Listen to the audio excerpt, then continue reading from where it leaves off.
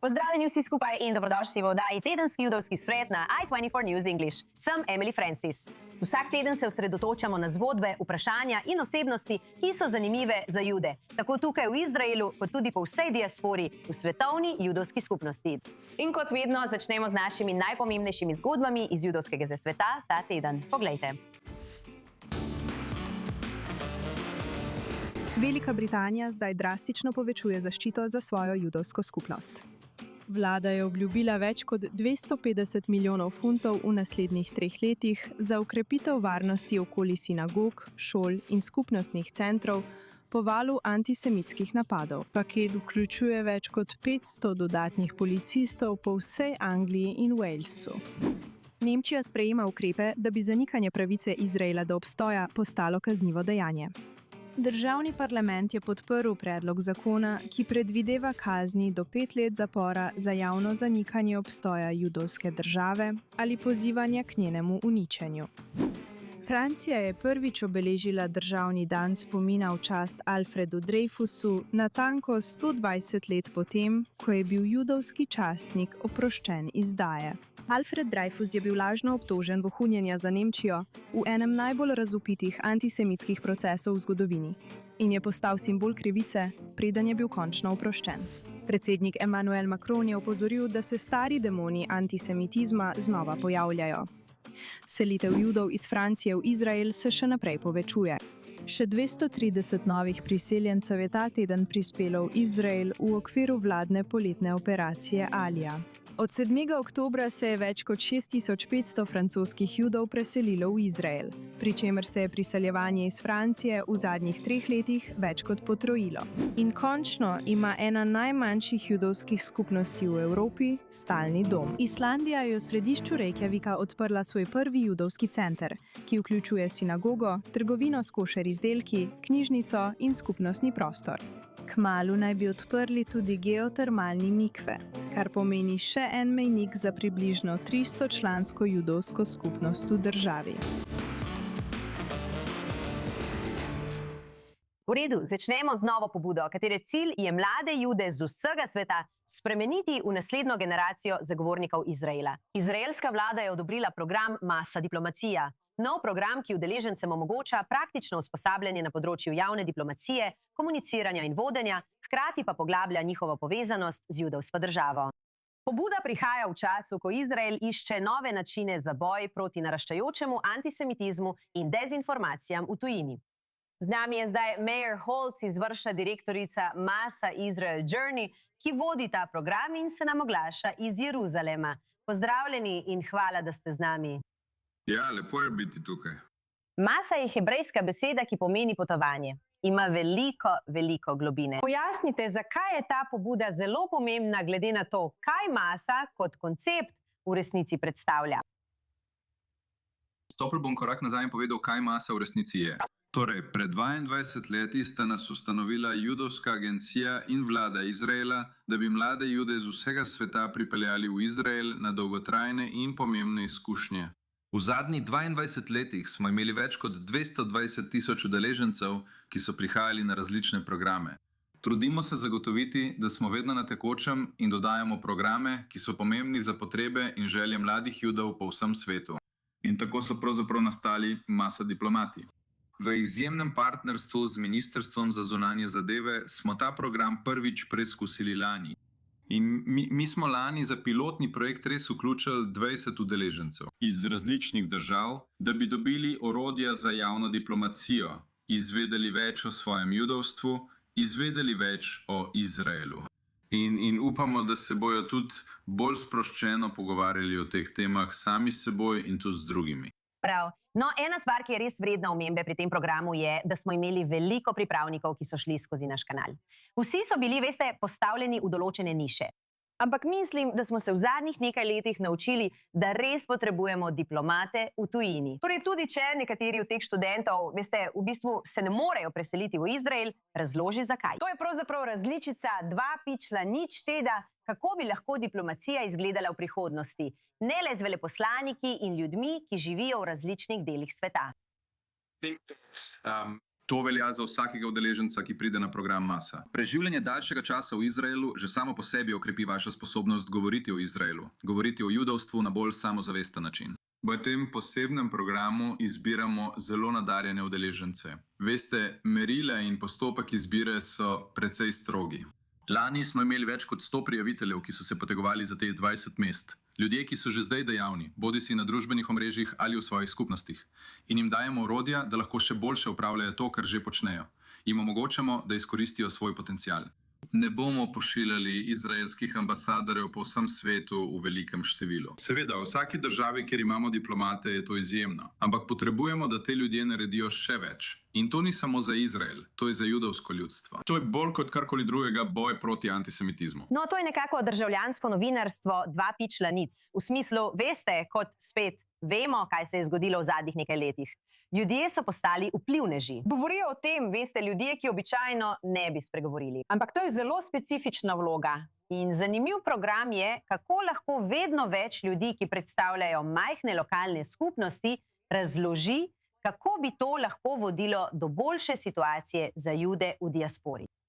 Mislim, da točno to, kar ste pravkar povedali, da mladi Judi ali celo starejši Judi, ampak predvsem mladi Judi, pridejo v svoje skupnosti in ne slišijo nečesa od zunaj. To so zdaj ljudje iz njihove skupnosti, ki prinašajo spremembe. To je multiplikator za vse napore, ki so že vloženi. Ampak ko imaš nekoga, ki res lahko predstavlja te vrednote in jih res razloži, ter ima praktične izkušnje, veš, da je sam nekaj naredil in ima zdaj znanje, da naredi še več, da več govori in je pri tem bolj samozavesten. To vpliva na njihove kroge, prijatelje in družine, potem pa se širi naprej. In znotraj njihovih skupnosti, če lahko postanejo voditelji teh prizadevanj, bomo videli še veliko drugih, ki jim bodo sledili. In morda bomo videli prihodnje voditelje, naslednje generacije. Veste, nekateri bodo, sem prepričana, prišli iz debatnih ali drugih programov. To, veste, ko vedno več ljudi nekako izstopa zaradi starosti. Tako rekoč, si predstavljam, da bi to lahko nekega dne odprlo povsem novo skupino ljudi znotraj zunanjega ministrstva, ki bi prevzeli vsa ta delovna mesta. Absolutno, absolutno. To je vsekakor možnost. In veste, v Severni Ameriki eden od 5 Masa alumnov dela za judovsko organizacijo. Rad bi se za trenutek ustavil pri tej statistiki. Eden od 5 Masa alumnov dela v judovski organizaciji v Severni Ameriki. To je neverjetno. To že začenja graditi prihodnje voditelje. Po njihovem potovanju. Po njihovem potovanju. Po njihovem potovanju. Wow. V redu, ja. Torej jih vključuje tudi po vrnitvi. Prav. Torej, in govorimo o teh programih. Ta program že izbiramo ljudi, ki so vodje na svojih področjih. To je že nekaj. To so ljudje, ki imajo celo večji potencial kot večina. In zato je postopek izbire tako strog za to. Definitivno verjamem, da bo vsak posameznik, ki bo sprejet v ta program, postal bodoči vodja na takšen ali drugačen način. Wow, zelo razburljivo. Saj Masa resnično še naprej raste. In vem, da je ponudila tako priložnosti, ki spreminjajo življenje ljudem, ki jih poznam osebno in s katerimi sem sodelovala. Zato kar tako naprej. Najlepša hvala. Hvala.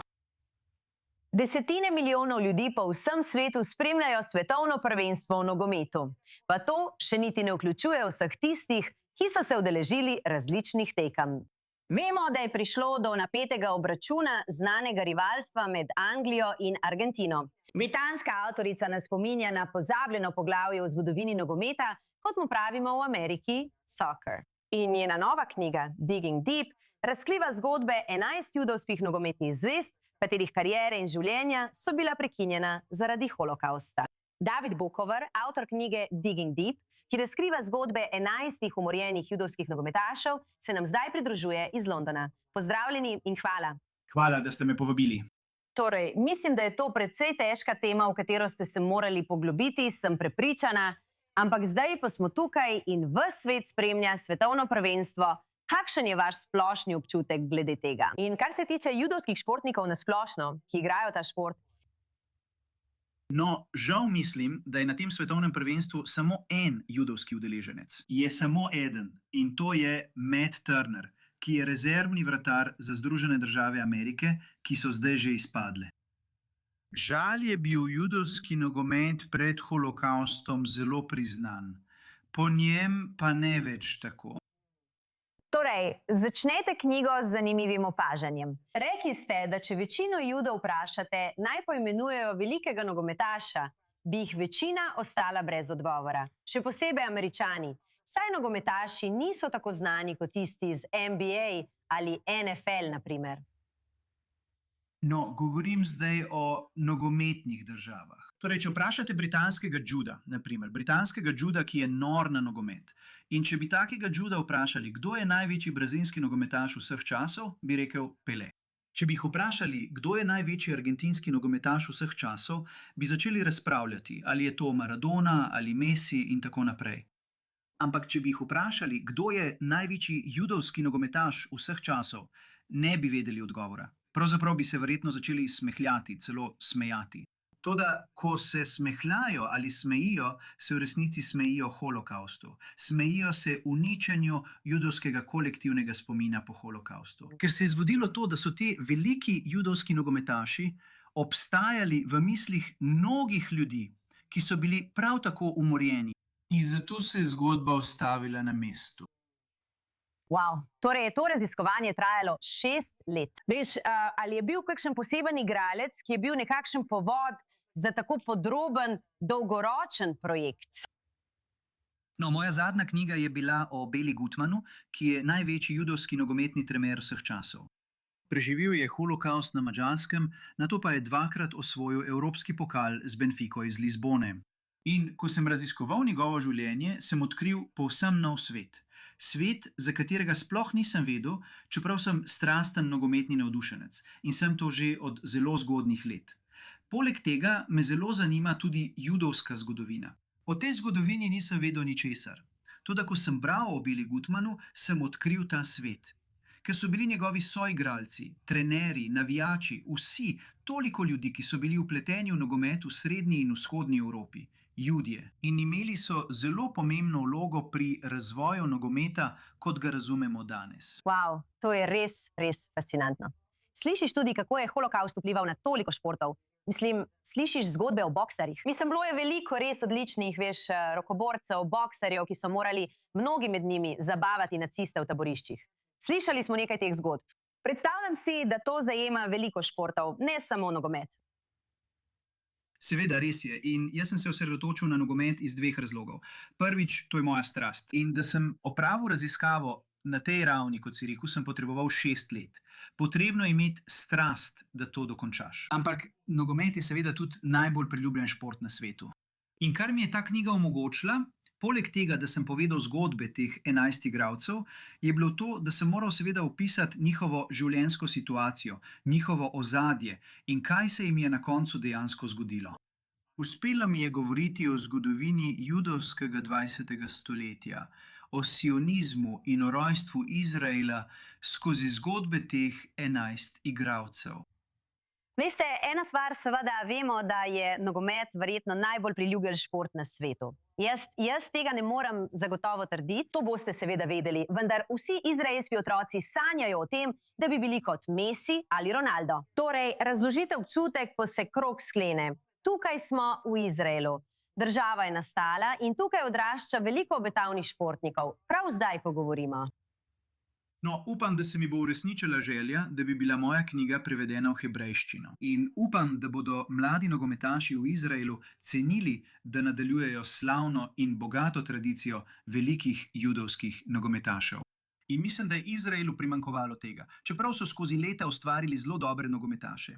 Kar mislim, da je Izraelu primanjkovalo, je tisto skupno samozaupanje, tista samozavest, tisto prepričanje, da lahko to storimo.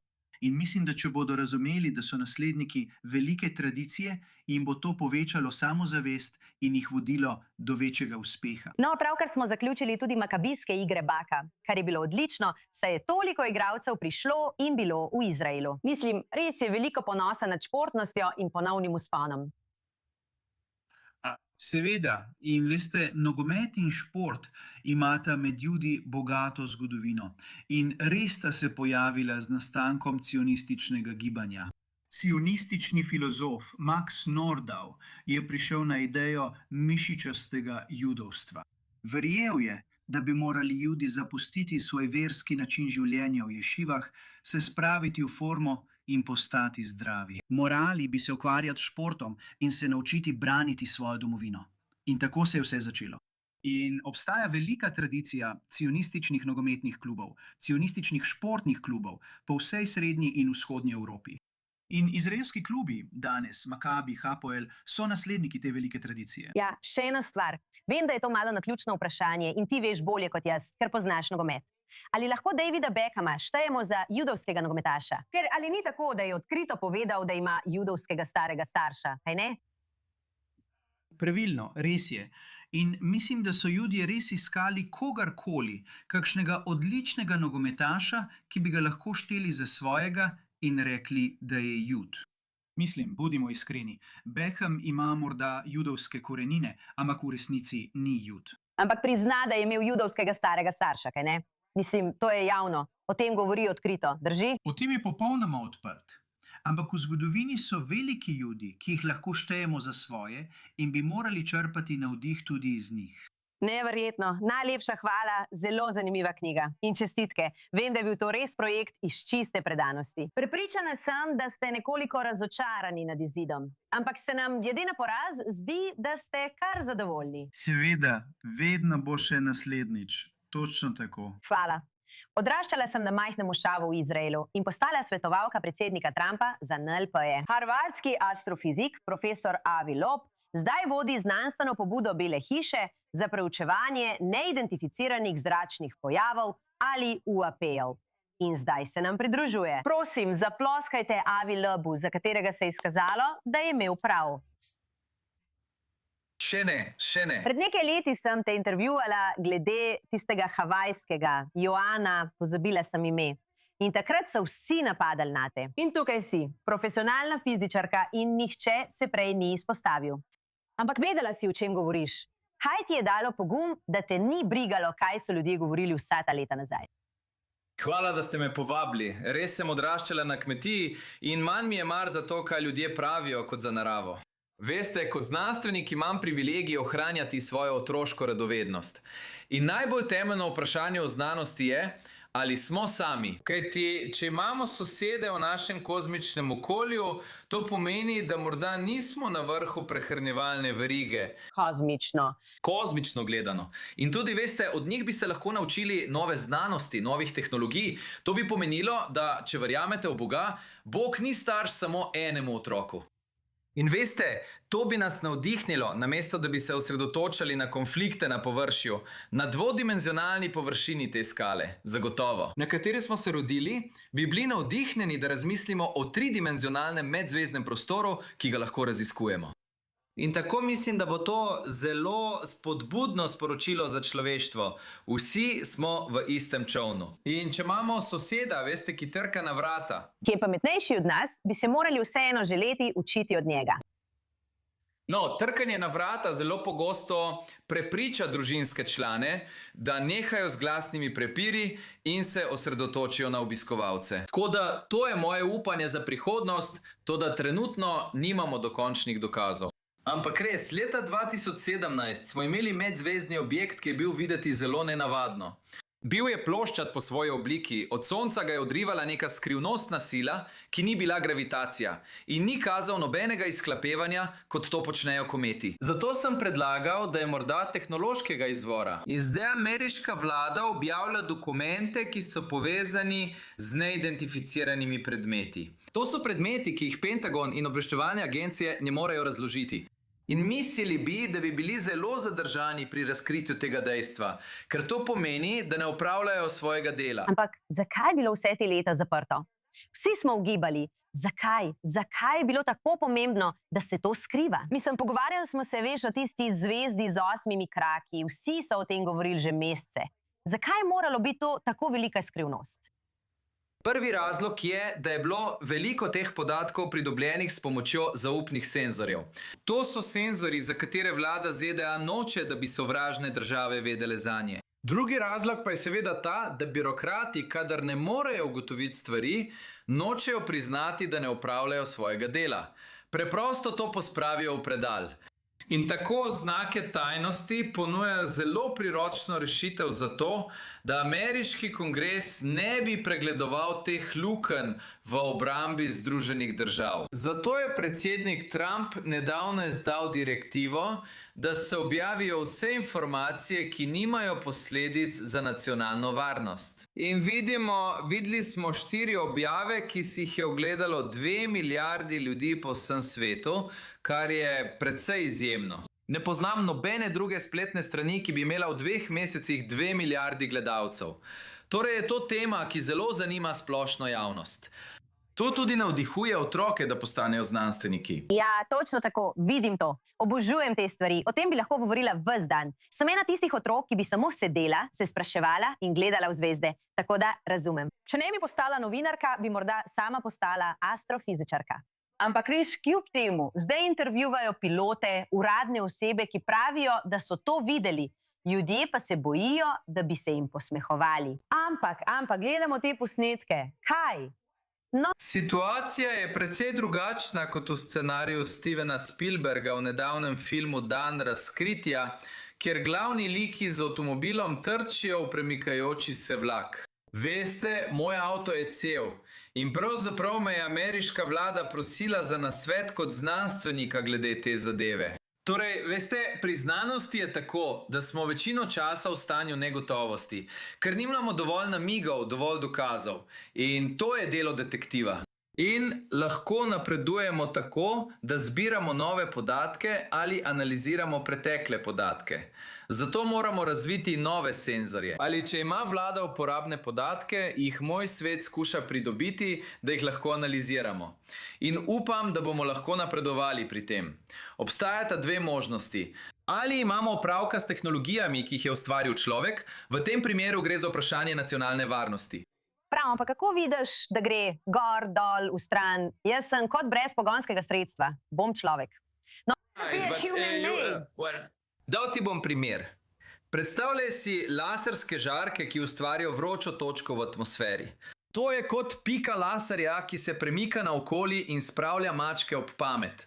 Veš, sledijo piki, kot da je predmet. Morda gledamo nekaj takega. Torej, ni trenja z atmosfero, ker to ni pravi predmet. Ampak verjetno ni laserska pika, ker imamo opravka s predmeti, ki jih vidimo daleč stran. Veliko kilometrov stran in količina energije, ki bi jo potreboval tak laser, bi bila daleč večja, kot jo uporablja vojska. Mislim, nedavno smo izvedeli, da Rafael v Izraelu proizvaja lasersko orožje, ki lahko ščiti pred droni, pred drugimi vrstami izstrelkov. Ampak veste, da je to laser. Če je to izstrelek, veste, da je to laser. Nihče ne bo pomislil, nihče ne bo rekel, da je to UAP. Tako je. Torej, dejstvo, da Pentagon in obveščevalne agencije pridejo k meni kot znanstveniku, pomeni, da niso prepričani, ali je to človeškega izvora. Če bi bili prepričani, da je to lahko človeškega izvora ali tehnološko izdelano v drugih državah, bi napisali zaupno poročilo ministru za vojno, Petu Heksedu. Namesto tega pridejo k meni in to zame pomeni, da obstaja možnost, da bomo našli nekaj res nenavadnega. Poglejmo si to. Bil sem kot otrok v trgovini s sladkarijami, ko so me prosili, da to naredim. Že v prvem pozdravu so me prepričali. Torej, veste, še ena stvar, če se malo vrnemo nazaj, ker gledamo nazaj na starodavne vire, biblijske čase. Mislim, v Svetem pismu in Tori je veliko alegorij, veste, in tudi Zohar govori o teh stvarih. Slišite zgodbe o Samariji in veste, vse te teorije, o katerih govori veliko ljudi. Ampak, veste, mislili bi si, da te stvari ne nastanejo kar iz nič. Mislim, ljudsko izročilo ni nujno tako daleč od resnice. Zakaj je potem znanost tista, ki jo vsi sprejemajo? Zakaj mora znanost vse skupaj zakomplicirati in to dokazovati? No, poskušam povedati, da znanost ni nujno, da vse zakomplicira, ampak moramo upoštevati dokaze, ker zgodbe niso nujno resnične. Vemo, da politiki pripovedujejo javnosti zgodbe, ki se izkažejo za neresnične. Enako počnejo tudi religije.